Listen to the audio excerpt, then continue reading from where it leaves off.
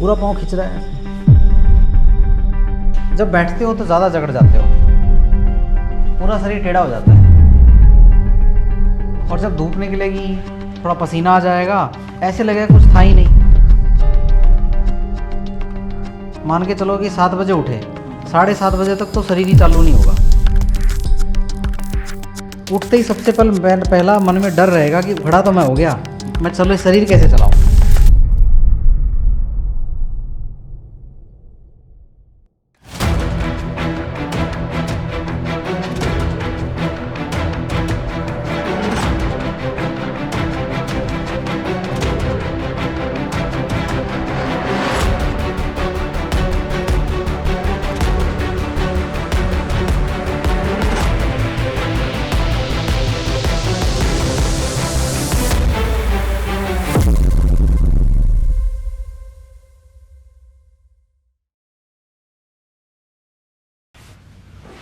पूरा पाँव खिंच रहा है, ठीक है। जब बैठते हो तो ज़्यादा जकड़ जाते हो, और जब बैठ के उठते हो ना तो पूरा शरीर टेढ़ा हो जाता है ना।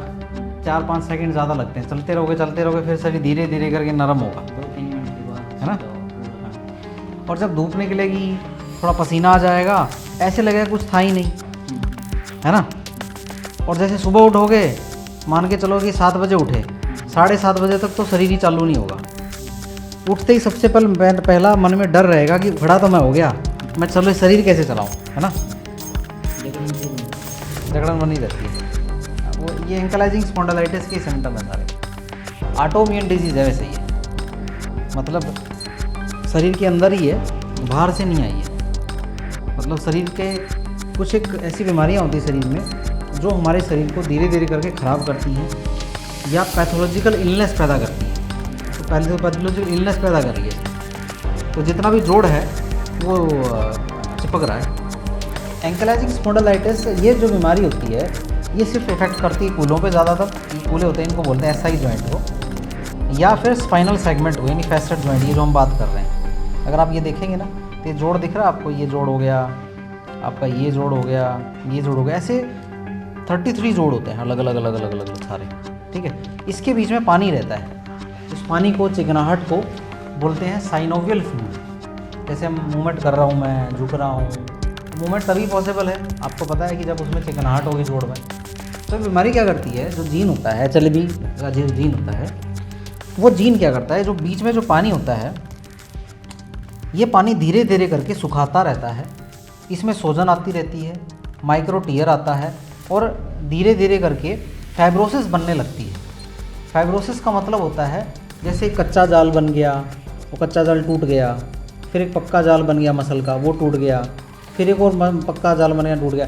धीरे धीरे जाल ये गाढ़ा होता रहता है, और वहाँ पे जहाँ ये पानी होना था इस जोड़ के बीच में, ये हड्डी से भर जाता है। यहाँ हड्डी भर जाएगी, तो यहाँ हड्डी भर जाएगी, ये हड्डी भर जाएगी, यहाँ सब में कैल्शियम जमा हो जाएगा।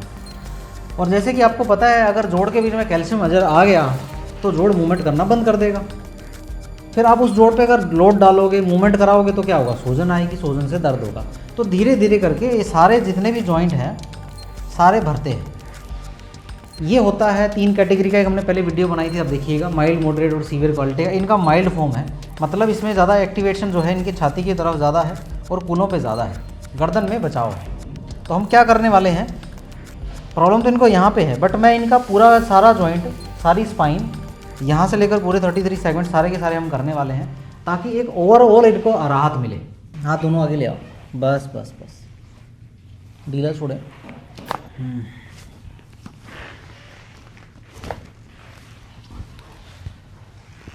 सांस लेना है, छोड़ो, फिर से अंदर सांस छोड़ो, फिर से सांस भरिए अंदर, छोड़िए, एक बार फिर से भरेंगे, छोड़ेंगे, ढीला छोड़ें, छाती नीचे, सांस बाहर, सांस बाहर, फिर से सांस बाहर, सांस बाहर, सांस बाहर, ढीला छोड़ेंगे, बस। एक बारी और, रिलैक्स रिलैक्स, ठीक है जी।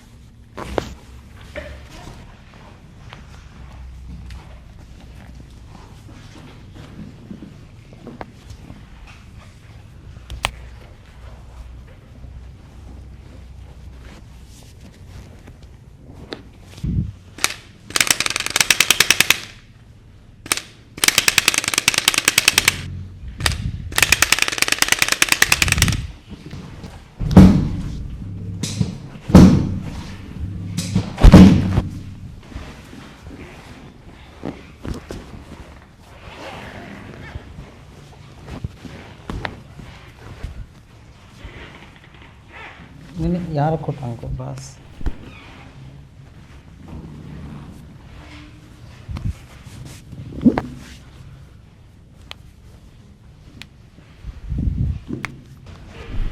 रिलैक्स रिलैक्स बस।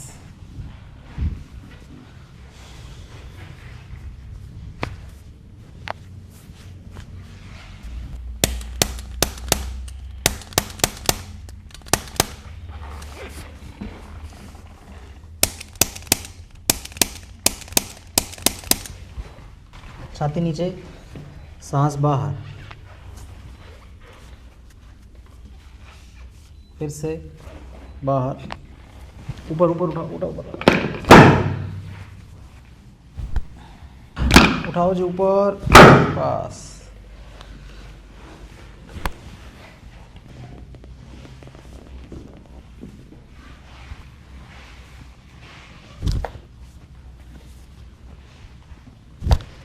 चले चले जाओ। ये ऐसा ही जॉइंट के लिए पहले तो L4, थोड़ा आ जाओ L1, बस।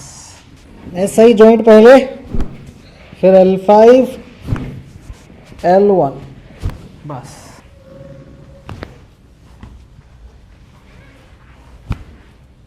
दोनों पाँव मेरा हाथ दबाएंगे अंदर, वेरी गुड। चलो चल के दिखाओ जरा।